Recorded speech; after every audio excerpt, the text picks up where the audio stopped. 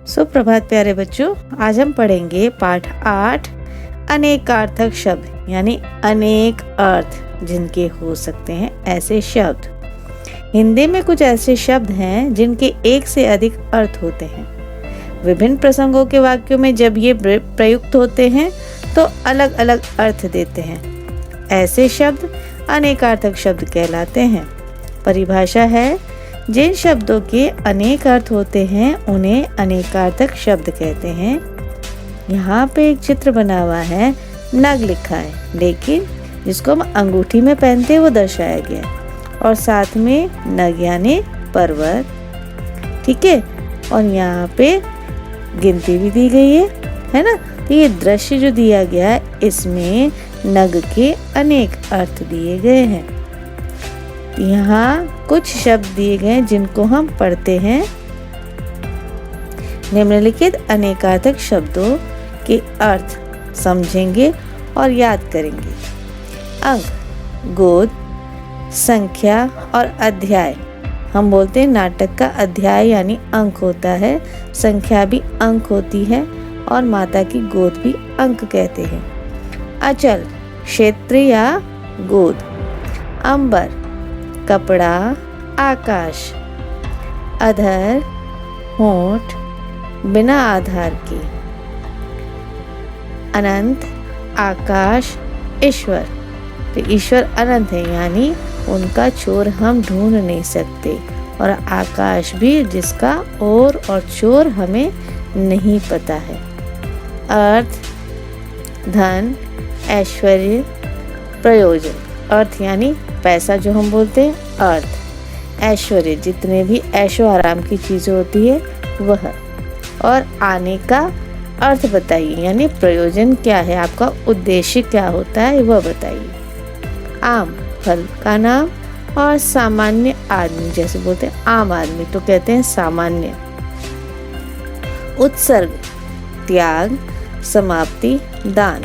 देश के लिए सेनानियों ने क्या किया, अपने प्राण उत्सर्ग कर दिए। यहाँ पर त्याग कहेंगे और अपने प्राणों का दान करना कहेंगे। कनक, सोना, धतूरा, गेहूं। यहाँ कनक को सोना भी कहा जाता है, धतूरा जो शिव पर उसका पुष्प चढ़ता है, गेहूं आपको पता है।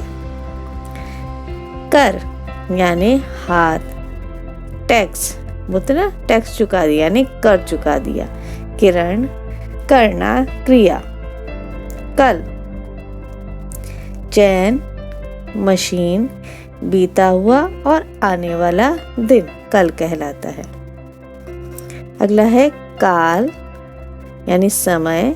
हम कहते हैं यह वर्तमान काल है, यह भूतकाल है, यह भविष्य काल है। तो काल का मतलब होता है समय। मृत्यु से भी लेते हैं, और यमराज को भी हम क्या कहते हैं, काल। उसका तो काल आ गया यानी मृत्यु आ गई। कुल, वंश, योग, घराना।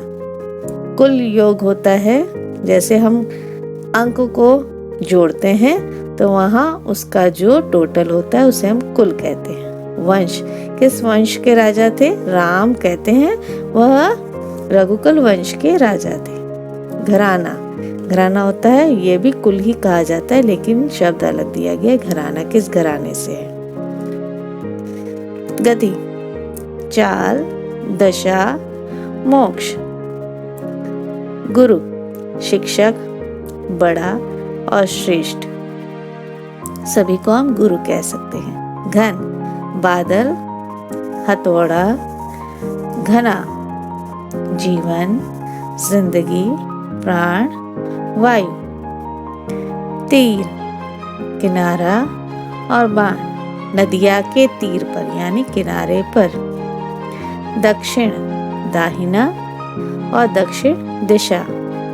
नायक यानी नेता, नायक कहते हैं, ये किसी भी नायक को हम कहते हैं, जो लीडर होते हैं उन्हें नायक कह सकते हैं। नाटक का मुख्य पात्र और मार्गदर्शक। पद, पद, ओहदा, पैर और काव्य। पैर कैसे हुए, हम कहते हैं भगवान के चरण रज यानी पैरों को कहा जाता है पदरज। ओहदा होता है आपका किस स्टेटस पे है, ओहदा पद पे।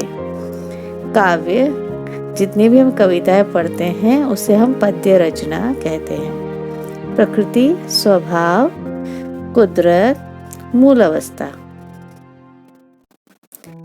यहाँ अगला दिए गए हैं 23 पीठ यानी पृष्ठ। अभी हमने पृष्ठ को बदला यानी पन्ना बदला, तो यहाँ पीठ भी कहलाता है, पन्ना भी कहलाता है और पीछे का भाग भी पृष्ठ कहलाता है। मुद्रा, मोहर, तो हम कहते हैं पहले जो है मुद्राएं चलती थी, सोने की मुद्रा, तो यहाँ जो हम सिक्का कहते हैं वो भी मुद्रा है। और हमारे हाव भाव, शरीर, हाथ की भाव भंगिमाएं, अगर हम नाचते हैं ना तब वो मुद्राएं बनाते हैं हाथ के द्वारा, तो हम कहते हैं भाव।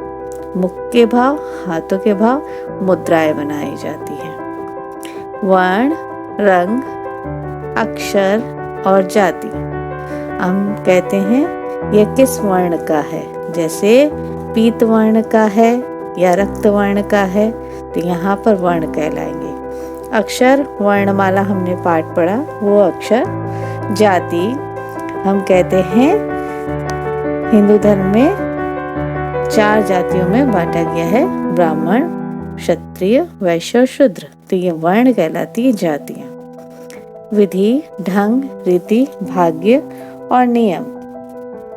श्री, लक्ष्मी, सरस्वती, धन संपत्ति, संज्ञा, नाम और चेतना, तो ये हमें पढ़ने हैं और याद करने हैं। धन्यवाद।